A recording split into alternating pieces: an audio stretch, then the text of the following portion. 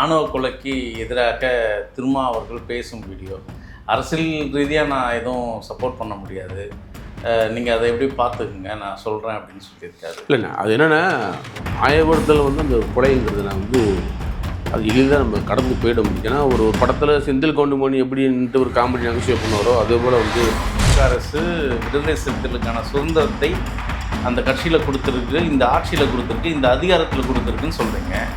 எங்கே இருக்குது உங்களுக்கு சுதந்திரம்னு கேட்டால் பல மழுப்புகளில் இல்லை எங்கே எங்கள் சுதந்திரம் குறைஞ்சிருக்கு. இப்போ எஸ்சிஎஸ்டி போடாம விட்டாங்களா, இல்லை அவர் அந்த பையனை கைது பண்ணாமல் விட்டாங்களா?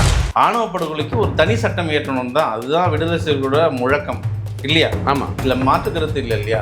அந்த ஆணவ படுகொலைக்கான தனி சட்டம் எப்போ எவ்வளோ காலம் எடுத்துக்கும் தான் கேள்வி. அதிகபட்சம் ஒரு 3 மாதம் தான் வச்சுக்கீங்க. பல வழிகளை தாங்கி வைக்க அந்த இடம் அவர் கிடைச்சிருக்கு. அந்த இடத்துல மீண்டும் அவர் இன்னொருத்தரை புண்படுத்துறது இல்லை சங்கடமாக இல்லை, அது புண்படுத்தலைண்ணா, அது ஒரு இயல்பாக இருக்கலாம்.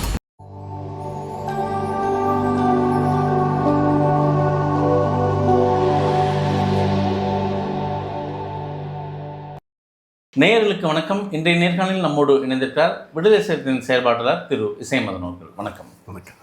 இன்னைக்கு திருமாவோட அரசியல் மக்கள் மத்தியில் பெரும் விமர்சனம் உள்ளாக இருக்குது.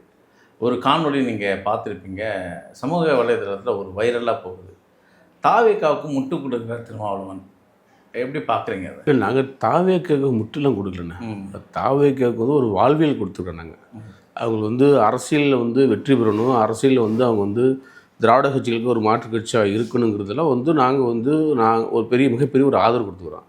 இல்லை முட்டு கொடுக்குறங்கிறது அது ஒரு இல்லை. நீங்கள் அந்த காணொலியை பார்த்துருக்கீங்களா? ஒரு ஆணவ கொலைக்கு எதிராக திருமா அவர்கள் பேசும் வீடியோ அரசியல் ரீதியாக நான் எதுவும் சப்போர்ட் பண்ண முடியாது, நீங்கள் அதை எப்படி பார்த்துக்குங்க நான் சொல்கிறேன் அப்படின்னு சொல்லியிருக்காரு. இல்லைண்ணா, அது என்னென்னா நடந்த இப்போ மாயவரத்தில் நடந்த கொலை பற்றி தான் அண்ணன் தெளிவாக சொல்லுங்க. மாயவரத்தில் அந்த கொலைங்கிறது நான் அது எளிதாக நம்ம கடந்து போயிட முடியும். ஏன்னா ஒரு படத்தில் செந்தில் கவுண்டமணி எப்படின்ட்டு ஒரு காமெடி நகைச்சுவை பண்ணுவாரோ அதே போல் ஒரு ஆதிக்க சாதி ஏற்படுத்த மனநிலை மனிதர்கள் நிற்க வச்சு அவங்க தொங்க விட்டுருக்காங்க. அப்படி தான் பார்க்கணும். இவங்க தரங்கம்பாடி சாத்துக்குடியில் பார்த்திபன் ஒரு நபர் இருக்கார். அவரும் அதே ஊரை சார்ந்த திவ்யா அப்படின்னு ஒரு பாப்பா இருக்காங்க. அவங்க 2 பேருமே கிட்டத்தட்ட ஒரு ஆண்டு காலமாக 2-3 ஆண்டு காலமாக லவ் பண்ணிட்டு இருக்கிறாங்க. அதன் பிறகு பெண்ணோட அப்பா அந்த பையன்கிட்ட சொன்ன பிறகு அதன் பிறகு அந்த பையன் எதுவுமே பேசல, அதுக்கப்புறம் ஒதுக்கிட்டான். மறுபடியும் அந்த பாப்பா கொஞ்சம் மறுபடியும் கொஞ்சம் பேச ஆரம்பித்த பிறகு மறுபடியும் அவங்க மறுபடியும் பேச ஆரம்பிக்கிறாங்க. அதன் பிறகு ஒரு காலகட்டத்தில் பெண்ணோட அப்பா அந்த பையனை போட்டு அடின்னு அடிக்கிறாங்க. பிள்ளைங்க கட்டி வச்சு அடின்னு அடிக்கிறாங்க. அதை அடித்த பிறகு அவங்க மறுபடியும் போய் எங்கள் கட்சியோடைய மாவட்ட செயலாளர் அன்பரசன் இருக்கிறார். அவர் எங்கள் கட்சியில் தான் இருக்கார். மாரியப்பனுடைய பையன் தான் பார்த்திபன். இவங்க எல்லாமே சேர்ந்து போய் ஸ்டேஷனில் ஒரு கம்ப்ளைண்ட் கொடுக்குறாங்க. அப்போ ஒரு SC/ST வழக்கு ஒரு பதிவு பண்ணுறாங்க. அந்த பதிவின் அடிப்படையில் தான் தேடுறாங்க. அந்த குற்றவாளிகள் கண்டுபிடிச்சு போய் பார்க்குறாங்க. அப்போ அந்த காவல்துறை ஒரு புளியாமூத்து பக்கத்தில் கொஞ்சம் நடுக்காட்டில் ஒரு 4-5 பேர் நிப்பாட்டி வச்சு பார்த்திபன் அவங்க அப்பாவை கூட்டிகிட்டு போய் காட்டுறாங்க. இவங்க தான் அக்யூஸ்டு பிடிங்க அப்படின்னு சொல்கிறாங்க. சரி ஓகேன்னு காவல்துறையும் அது கைது பண்ணி மறுபடியும் அவங்க கூட்டிகிட்டு போகிறாங்க. கூட்டிகிட்டு போன பிறகு எங்கள் பையன் இன்னும் காணுமேன்னு சொல்லி மறுபடியும் ஒரு இது பண்ணும்போது அதன் பிறகு மறுபடியும் போலீஸ் ஒரு தேடுதல், ஊர் முழுக்க தேடுதல் பண்ணுறாங்க.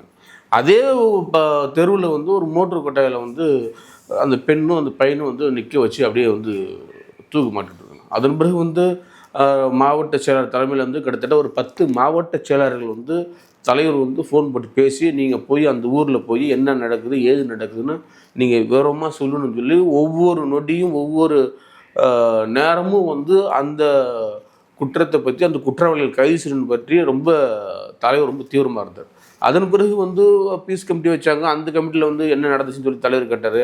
அதன் பிறகு போஸ்ட்மார்ட்டம் பண்ணும்போது நாங்கள் எங்கள் தரப்பில் ஒரு போஸ்ட்மார்ட்டம் பண்ணுறதுக்கு காவல்துறை ஒத்துழைப்பு தரலையா? இல்லை ஒத்துழைப்பு தரல. அதன் பிறகு நான் அப்போயே அந்த காணொலி வைரலாகுது. இல்லை அது தம்பிங்க அது அந்த தலைவர் இங்கிருந்து போக முடியல. அது பேசும்போது அது மைக் போட்டு அது காமிச்சிட்டாங்க. ஏன்னா ஊர் திரண்டு நிற்குது. அந்த மவுடர்னால் சுட்டு வட்டார பகுதியில் இருக்கக்கூடிய ஊர் திரண்டு போய் நிற்குது.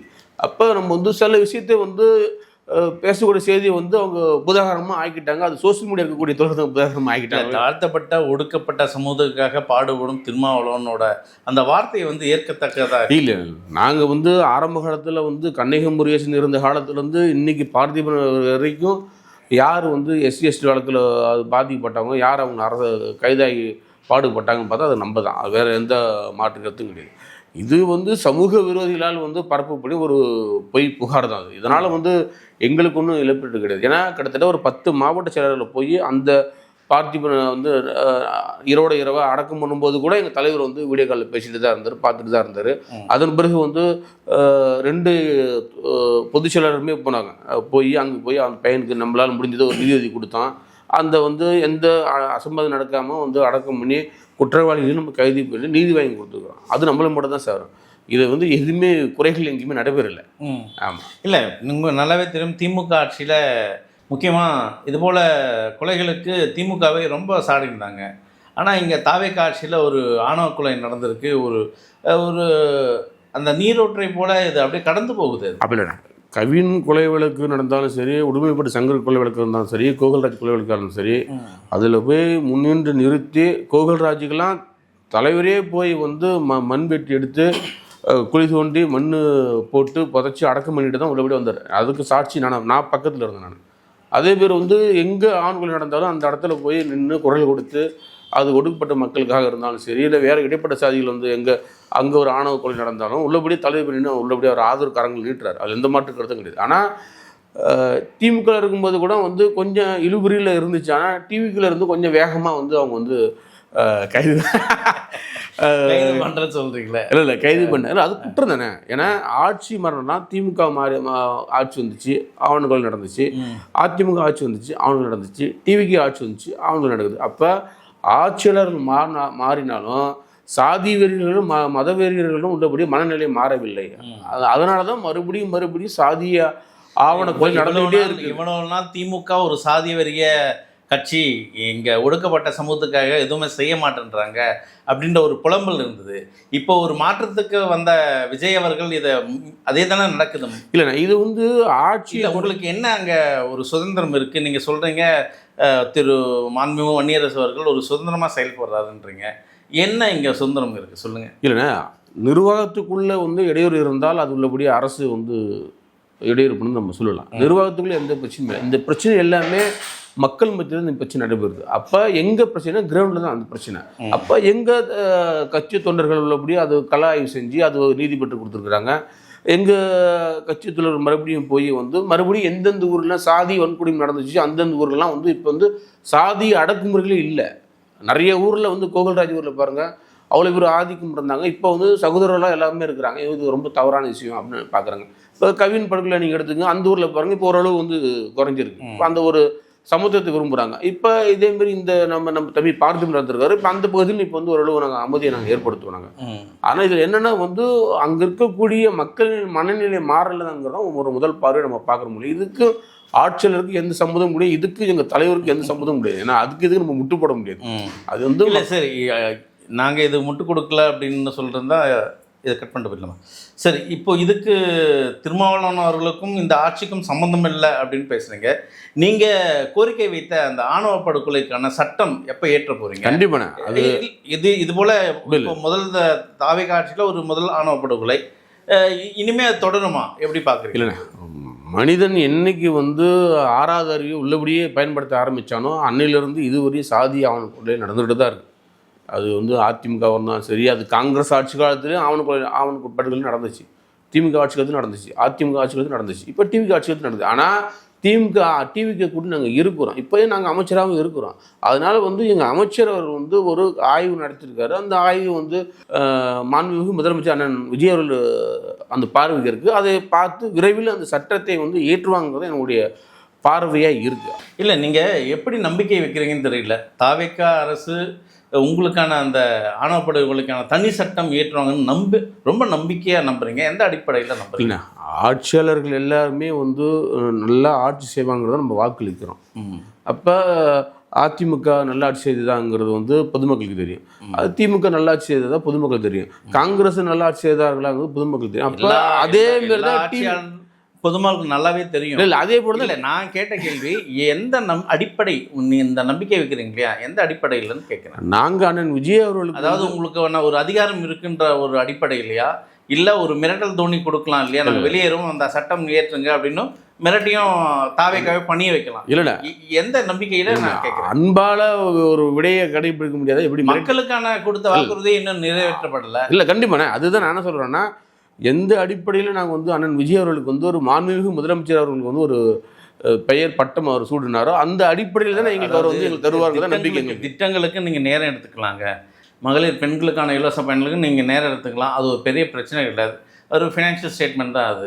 நேற்று பூந்தமல்லியில் ஒரு கிராமத்தில் ஒரு வீடெல்லாம் இடிச்சிருக்காங்க. அதை அவங்களும் ஒடுக்கப்பட்டவங்கள தான். இல்லைண்ணா, அவர் என்ன சொன்னார், விஜய் என்ன சொன்னார், இது நாள் வரை அரசு புறம்போக்கு நிலத்தில் இருக்கும் மக்களுக்கு எல்லாருக்கும் பட்டா வழங்கப்படும்ன்றாரு. ஆனால் எங்கள் ஒரு ஊரையே இடித்து காலி பண்ணுறாங்க. இதுபோல் பல செயல் திட்டங்களை அவர் செய்ய மறுக்கிறாரு. ஆனால் உங்களோட விசிகா எப்படி நம்புதுன்னு தெரியலையே தனி. இல்லை, நாங்கள் அவங்கள நம்பலைண்ணே, நாங்கள் அவங்களுக்கு வந்து ஒரு வாழ்வியல் கொடுத்துருக்குறோம். அவர் முதலமைச்சர் அந்த வாழ்வு கொடுத்துருக்கீங்க. அந்த வாழ்க்கையின் அடிப்படையில் நாங்கள் எங்களுடைய உரிமையை நாங்கள் கேட்டு பெறுவோம். அதுதாங்க, தாவேக்கா ஆட்சிக்கு ஒரு உசுறு கொடுத்துருக்கீங்க விடுதலை சிறுத்தைகள்.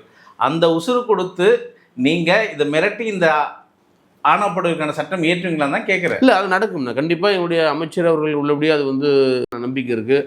அதே போல் எங்களுடைய தலைவர் அவர்கள் வந்து இதற்கான கிட்டத்தட்ட 40 அவர் பொதுவாழ்வுக்கு வந்து கிட்டத்தட்ட 36 ஆண்டுகள் மேலே ஆயிருக்கு. கிட்டத்தட்ட இவ்வளோ ஆணவ படுகொலைகள்லாம் இருக்குது. இதுக்கு வந்து இப்போ ஒரு பாஷா கமிட்டி தலைமையில் அது வந்து கொண்டுட்டு வரணும் எங்கள் தலைவர் உள்ளபடி அறிக்கை கொடுத்துருக்காரு. கண்டிப்பாக புதிய சட்டம் வருங்கிறது நீங்கள் விரைவில் நீங்கள் எதிர்பார்க்கலாம். விழுப்புரத்தில் ஒரு அம்பேத்கர் சிலை வைக்க முடியல விடுதலை சிறுத்தைகளால். இல்லை, அப்படி நினைக்காதீங்க, அது தவறுது. என்னன்னா திமுக ஆட்சியில் பல சிலைகள் திறந்து வச்சிருக்கா திருமாவளவன். இல்லை, நீங்கள் நாங்கள் தப்பாக சொல்றீங்க. திமுக ஆட்சி மட்டும் இல்லை, இதே திமுக ஆட்சியில் வந்து நிறைய இடத்துல கொடிக்கம்பளம் காணாம போயிருக்கு. சரி, அதே திமுக ஆட்சி நிறைய இடத்துல அம்பேத்கர் சிலை காணாம போயிருக்கு. மாற்றம் கிடையாதுங்க, அதே தாவேக்கா அதே தான் செய்யறாங்க. அப்படிதான் எடுத்துக்கலாம். நீங்கள் திமுக எந்த பார்வையில் ஆட்சி செய்ததோ, தாழ்த்தப்பட்டவர் மீது வந்து திமுக எந்த பார்வை வைத்திருந்தோ அதே தான் டிவிக்கு அந்த பார்வை வைத்திருக்கலாம். நீங்கள் நினைச்சு எடுத்துக்கலாம், அது வந்து தவறே கிடையாது. ஏன்னா இவ்வளோ ஆணவங்கள் கிட்டத்தட்ட வந்து ஒரு 8 ஆணவங்கள் நடந்திருக்குல்ல, நம்ம வந்து குறைகள் சொல்லக்கூடாதுல்ல. ஏன்னா நாங்கள் ஒரு வாழ்வியல் கொடுத்துக்கிறோம், ஆதாரத்தை நாங்கள் கொடுத்துருக்குறோம். அதுக்குன்னு வந்து எங்களுடைய உரிமையை நாங்கள் வந்து விட்டு கொடுக்க முடியாது. வாய்க்கு 100 தடவை தாவேக்கா அரசு விடுதலை சிறுத்தைகளுக்கான சுதந்திரத்தை அந்த கட்சியில் கொடுத்துருக்கு, இந்த ஆட்சியில் கொடுத்துருக்கு, இந்த அதிகாரத்தில் கொடுத்துருக்குன்னு சொல்கிறீங்க. எங்கே இருக்குது உங்களுக்கு சுதந்திரம்னு கேட்டால் பல மழுப்புகளில் இல்லை எங்களுக்கு சுதந்திரம் குறைஞ்சிருக்குறீங்க. இப்போ SC/ST வழக்கு போடாமல் விட்டாங்களா, இல்லை வந்து அவர் அந்த பையனை கைது பண்ணாமல் விட்டாங்களா, இல்லை அவங்க அப்பா கைது பண்ணாமல் விட்டாங்களா? நெருக்கடி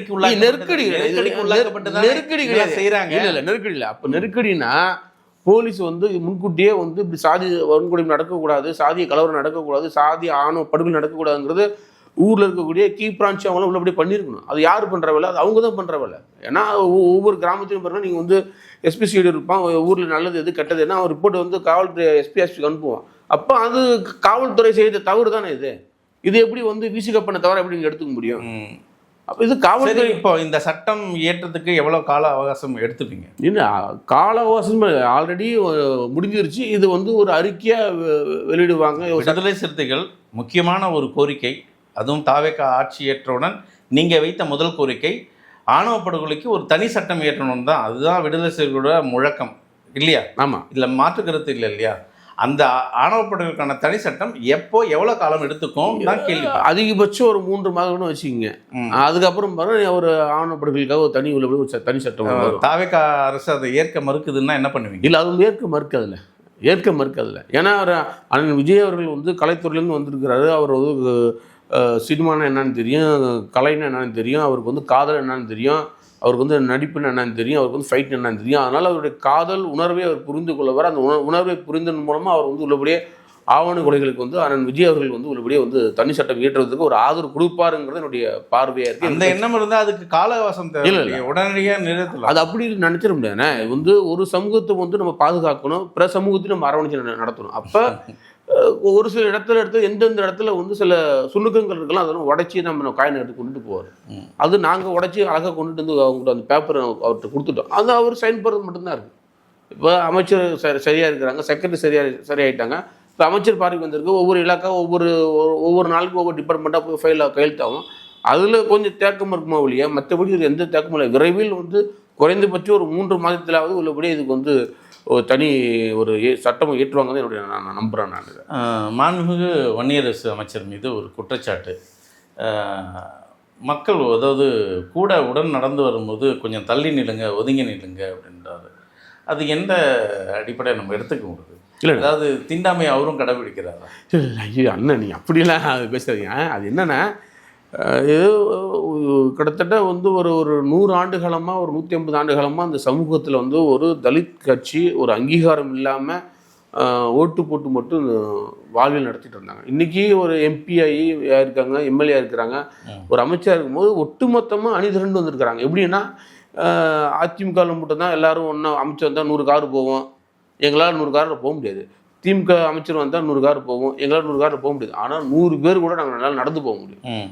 இப்போ வந்து அது அந்த அடிப்படையில் வந்து கொஞ்சம் தள்ளி வாங்க அப்படி செய்தி சொல்லியிருக்காங்க ஒழிய, நீங்கள் தீண்டாமே விடுதலை சிறுத்தைகளோட மேடை பார்த்தீங்கன்னா திருமா அண்ணன் அவர்களே பார்க்குறதுக்கு இடம் இருக்கு. அந்த அளவுக்கு நெருக்கமாக இருப்பார்.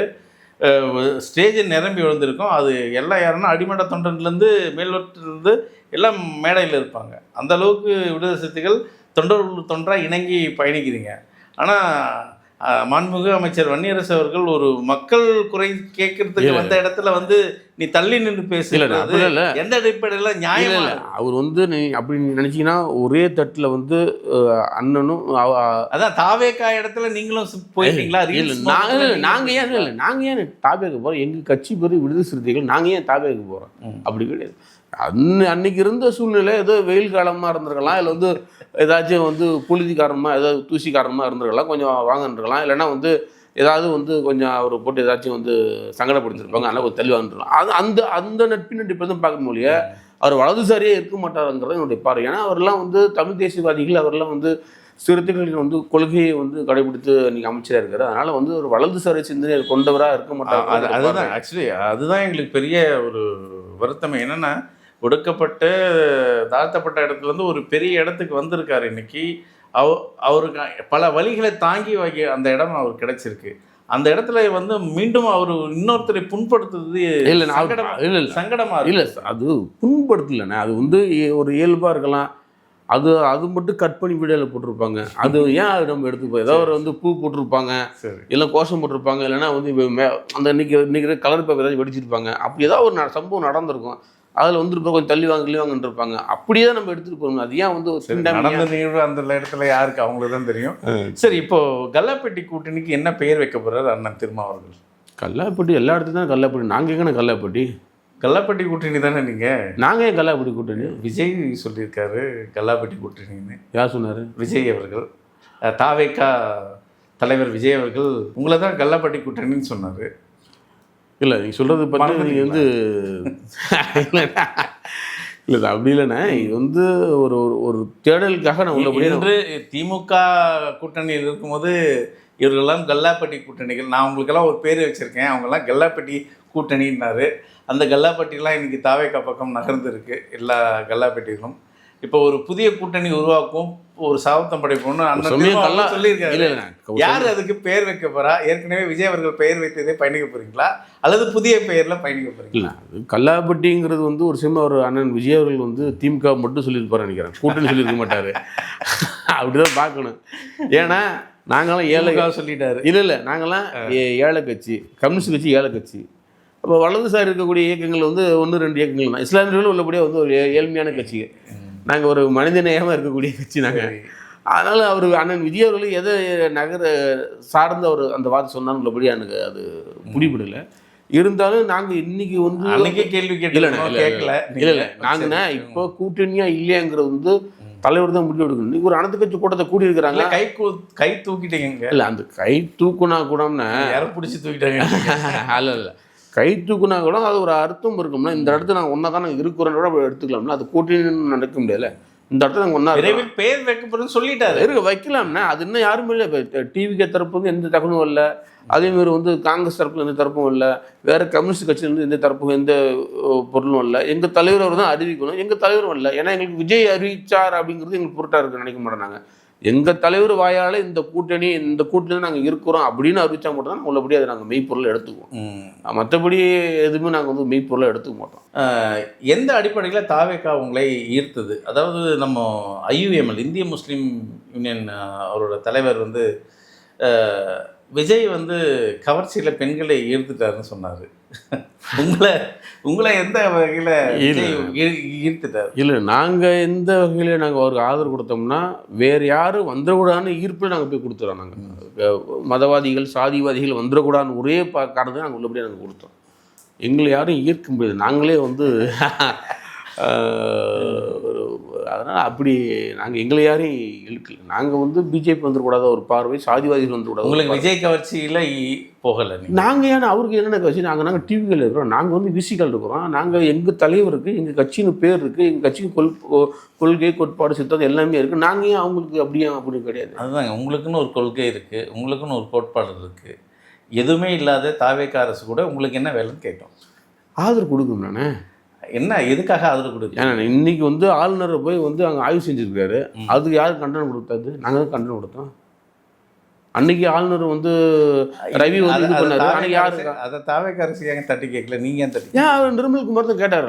நிர்மல்குமார் தான் கேட்டார். அவர் தான் அறிக்கை கொடுத்துருக்காரு. அவர் வந்து ஒரு 3-4 டைம் அவரே பேசியிருக்காரு, அமைச்சர் பேசியிருக்காரு. அப்போ நாங்கள் அந்த இடத்துல இருக்கணும். பிஜேபி வரக்கூடாதுங்கிறது எங்களுடைய முதன்மையான கோரிக்கை. அது நாங்கள் உள்ளபடியே நிறைவேற்றுறோம். இப்போ தாவேகா வந்து பாஜக நிழல் இல்லையா? இப்போ அவங்க இருக்கிறாங்களா இல்லையாங்கிறது அது டிவிக்கு தான் உணர்த்தணும். ஏன்னா நாங்கள் விசிக்கு அதை உணர்த்த முடியும். நீங்கள் விடுதலை சிறுத்தைகள் பாசிச பாஜகவோடு உறவு வைத்து கொண்டால் எக்காரணத்துக்கு அந்த இடத்துல விடுதலை சிறுத்தை இருக்காதுன்னு சொன்னவர் தான் அண்ணன் திருமாவளவன். அதுதான் கேட்குறேன். இன்னைக்கு தாவேகா அரசு, அதாவது விஜய் அரசு பாசிச பாஜகவோட எந்த ஒரு அப்படி உங்களுக்கு தெரியுதானே? இல்லை கேட்குறேங்க. இல்லைண்ணே, அதுதான் தெரியுது. ஏன்னா எங்களுக்கு இத்தனை நாட்களாக தாவேகா ஆட்சியில் பாஜக எதிர்த்து ஒரு குரல் கிடையாது. கடந்த காலகட்டத்தில் சங்கி என்ற ஒலி உங்களுக்கு தெரிஞ்சிருக்குன்னு நினைக்கிறேன். அதுவும் முக்கியமாக விடுதலை சிறுத்தைகள் அந்த ஒலி சங்கி சங்கி சங்கின்னு இப்போ பேசுறது வாயிலண்ணே. சங்கின்ற வார்த்தையை கேட்கறதுக்கு கேட்க முடியல. அப்போ பாருங்க, அப்போ இல்லை அப்படி பாருங்க. அப்போ திமுக கூட்டணி நாங்கள் இருந்துக்கிட்டு காங்கிரஸ் கூட்டணி, காங்கிரஸ் இருக்கிறாங்க, கம்யூனிஸ்ட் இருக்கிறாங்க, நாங்கள் இருக்கிறோம். இந்த 3 கட்சியுமே பேசல. சங்கி நாங்கள் தான் பேசியிருக்கிறோம், வேறு யாரும் பேசலை. அதேமாதிரி இன்றைக்கி டிவிகே கூட்டத்துலேயும் வந்து நாங்கள் வந்து சில இடத்துல சங்கியில் நல்லபடி நாங்கள் பேசியிருக்கிறோம். பேசல இதுவரையும் யாருமே பேசல. அப்போ என்னன்னா எல்லாரும் வந்து பிஜேபி ஒத்து போகிறாங்க, நாங்கள் ஒத்து போகாமல் இன்னமும் இருக்கோம். 100க்கும் மேலே CBSE பள்ளிகளுக்கு இங்கே அங்கீகாரம் கொடுத்துருக்காங்க, தமிழ்நாட்டில் வந்திருக்கு. அதுக்கு எதுவும் தெரியல. CBSE பள்ளினாவே ஹிந்தியோடு சேர்ந்து வரும். இதெல்லாம் நடக்குது. நவோதயா பள்ளி திட்டம் உள்ளே வரப்போகுது. இப்போது கவர்னர் வேறு மறுபடியும் RN ரவி வேறு இறங்கியிருக்காரு களத்தில். எப்படி பார்க்குறீங்க? இல்லை, நவோதய பள்ளி கல்வி திட்டங்கிறதுனா அதிமுக ஆட்சியிலேருந்து அதை கொண்டு வர முயற்சி பண்ணாங்க. அது அப்போ அந்த கால சூழ்நிலை கொஞ்சம் இது பண்ணாங்க. அப்போ வந்து திமுக வந்து முட்டுக்கட்டை, ஆமாம், அது பண்ணாங்க. மீண்டும் அது ஆனால் மறுபடியும் வருதுங்கிறாங்க. இல்லை சொல்கிறாங்க. ஆனால் வந்து அங்கே பணிபுரிகிற ஆசிரியர்களுக்கு சம்பளம் கொடுக்க முடியாமல் கூட நிதிநிலை இருக்குது. அதனால் அது மறுபடியும் அதை கொண்டுட்டு வர மாட்டாங்கிறதா ஒரு நம்பிக்கை. அது சும்மா ஒரு மேம்போக்காக, ஒரு பேச்சுப்பாக்காக, ஒரு எடுத்துக்காட்டு சும்மா அவங்க பாவியாக வைக்கலாம், இல்லை எடுத்து சொல்லலாம். ஆனால் அது நடைமுறை கொண்டுட்டு வர மாட்டாங்கன்னா நிதி சுமை மத்திய அரசுக்கும் இருக்குது, மாநில அரசுக்கு மட்டும் நிதி சுமை கிடையாது. நிறையா சென்ட்ரல் கவர்மெண்ட் ஸ்கூலுக்கு வந்து டீச்சர்ஸுக்கு வந்து இன்னும் பிற மாநிலத்திலாம் பார்த்து சம்பளம் கொடுக்க முடியாமல் இருக்கிறாங்க. அதனால் இந்த கல்வி திட்டம் தொடராதுங்கிறது தான் உள்ளபடியே எங்களுடைய விருப்பம். அப்படி தொடர்பே இருந்தாலும் எங்கள் கட்சி ரொம்ப வலிமையாக அதுக்கு வந்து நாங்கள் வந்து குரல் கொடுப்போம். ஏன்னா சிறுத்தைகள் யாரும் போய் சென்ட்ரல் கவர்மெண்ட் ஸ்கூலில் போய் படிக்க போகிறது கிடையாது. நாங்கள்லாம் கார்ப்பரேட் ஸ்கூலில் படிக்க போகிறோம். இருந்தாலும் நாங்கள் உள்ளபடி நாங்கள் குரல் கொடுப்போம். அது டிவிக்கு ஆட்சியில் இருந்தாலும் நாங்கள் வந்து ரொம்ப அழுத்தமாக திருத்தமாக நாங்கள் அண்ணன் விஜயவர்கிட்ட இருந்தாலும் சரி, இல்லை ஆட்சியாளர்கிட்டும் சரி, இல்லை வந்து பிரதமர் இருந்தாலும் சரி, உள்ளபடியே நாங்கள் வந்து ஒரு முதன்மையான கோரிக்கை வச்சு ஒரு போராட்டமோ ஆர்ப்பாட்டமோ அது விரைவில் நடத்தப்படும். எங்கள் தலைவர் கண்டிப்பாக அது அறிவிப்பாருங்க தான் எங்களுடைய எதிர்பார்ப்பு. முக்கியமாக ஆணவ கொலை இதுதான் மறந்துடாதீங்க. தனி சட்டம் ஏற்றதுக்குள்ள இந்த காலதாமதம் எவ்வளோ விரைவில் முடிக்க முடியுமோ முடிச்சு விட்டுருங்க. இது போன ஆட்சியில் நீங்கள் உங்கள் கையில் அதிகாரம் வந்து இல்லைண்ணா. இது போன ஆட்சியில் அண்ணன் ஒரு வார்த்தை கேட்டதே ரொம்ப நாங்கள் பெருமையாக எடுத்திருப்போம். அதுக்கு முன்னாடி நீங்கள் அதிமுக இருந்தீங்க, நீங்கள் இல்லைண்ணே. அதுக்கு முன்னாடி நீங்கள் அதிமுக கூட்டணியில் இருந்தீங்க, நீங்கள் கேட்டிருக்கலாம். கேட்டோமேண்ணே, கொடுக்கலையாண்ணே. கொடுக்கலன்னா அப்போ அப்பவே வெளியே வந்துருக்கு இல்லையே. அப்போ ஏன் மறுபடியும் தேர்தலில் கூட்டணி? சூப்பராக சொன்னீங்க, அழகாக கேட்டீங்க. திமுக கூட்டணியில் நாங்கள் கேட்குறோம். அவங்க பண்ணுறோம், அதாவது இல்லைண்ணே பண்ணுறோம் இல்ல, பண்ணுறோங்கிறாங்க, நான் பண்ணல. நான் கேட்டேன். அதாவது திமுக கூட்டணியில் சேரும்போது நீங்கள் இதெல்லாம் யோசிச்சிருக்கணும். விடுதலை சிறுத்தைகளுக்கான, அதுவும் ஒடுக்கப்பட்ட பிற்படுத்தப்பட்ட மக்களுக்கான அங்கே உரிமை இல்லைன்னும் போது நீங்கள் தேர்தலுக்கு முன்னாடி நீங்கள் வெளியே வந்திருக்கணும். விஜய் அப்போவே கூப்பிட்டாரு, அதிகாரத்திலும் ஆட்சியில் பங்கு தரேன்னு கூப்பிட்டாங்க, அப்போ போய் சேர்ந்துருக்கலாம். ஆனால் நீங்கள் அதெல்லாம் மழுப்பிட்டு திமுகவுடன் தான் கூட்டணி வச்சிங்க. நல்லாவே தெரியும் உங்களுக்கு திமுகவை பற்றி. அவங்க ஆட்சியிலும் சரி அதிகாரத்திலும் சரி பங்கு தர மாட்டாங்க. வெள்ளம் கிளியராக உங்களுக்கு தெரியும் இல்லையா? தெரியுமா? தெரியல, சொல்லு தெரியும். சொல்லு. அப்படின்னும் கூட்டணியில் நீங்கள் திமுக கூட பயணிச்சிங்க இந்த தேர்தலில். ஆனால் திமுக வெற்றி பெற்று நீங்கள் தாவேக்கா பக்கம் பண்ணிட்டீங்க, இங்கே அதிகாரம் கொடுக்குறாங்கன்னு சொல்லி. அது என்ன உங்களுக்கு நல்லாவே தெரியும் திமுக தர மாட்டாங்க அப்படின்னு. இல்லை அவங்க என்ன சொன்னாங்கன்னா, நாங்கள் உள்ளபடியே தடுமாற்றம் இல்லை நாங்கள் வந்து இந்த சட்டத்தை இயற்றணும்னு சொல்லி உள்ளபடியே பெரிய அழுத்தம் கொடுத்தோம். அப்போ இருங்க, இந்த தேர்தல் முடிச்சுட்டு வர தேர்தல் ஆட்சி வந்தால், நம்ம ஆட்சி வந்தால் கண்டிப்பாக நாங்கள் நிறுத்துகிறோம்.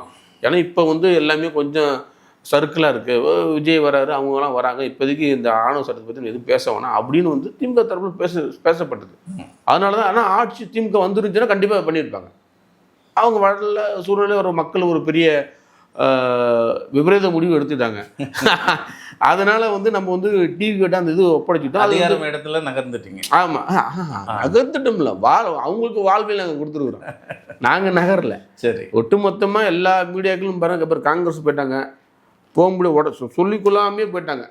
காங்கிரஸ் போயிட்டாங்க, கம்யூனிஸ்ட் கட்சி அவங்களுக்கு ஆதரவு கொடுத்துட்டாங்க, இந்தியா முஸ்லீம் லீக் அவங்க போய் டக்குன்னு ஆதரவு கொடுத்தாங்க. கடைசியாக தான் நாங்கள் கொடுத்துருக்கோம். நாங்கள் வந்து கொடுக்காத இதுவும் கிடையாது, கடைசியாக தான் நாங்கள் போய் ஆதரவு கொடுத்துருக்கோம். அதனால் வந்து குறைகள் வந்து இன்னமும் எங்கள் மீது குறைகள் இருந்துக்கிட்டு தான் இருக்குது. அந்த குறைகள் வந்து நாங்கள் பூக்களாக மாற்றுவோங்கிறது எங்களுடைய நம்பிக்கையாக இருக்கும்.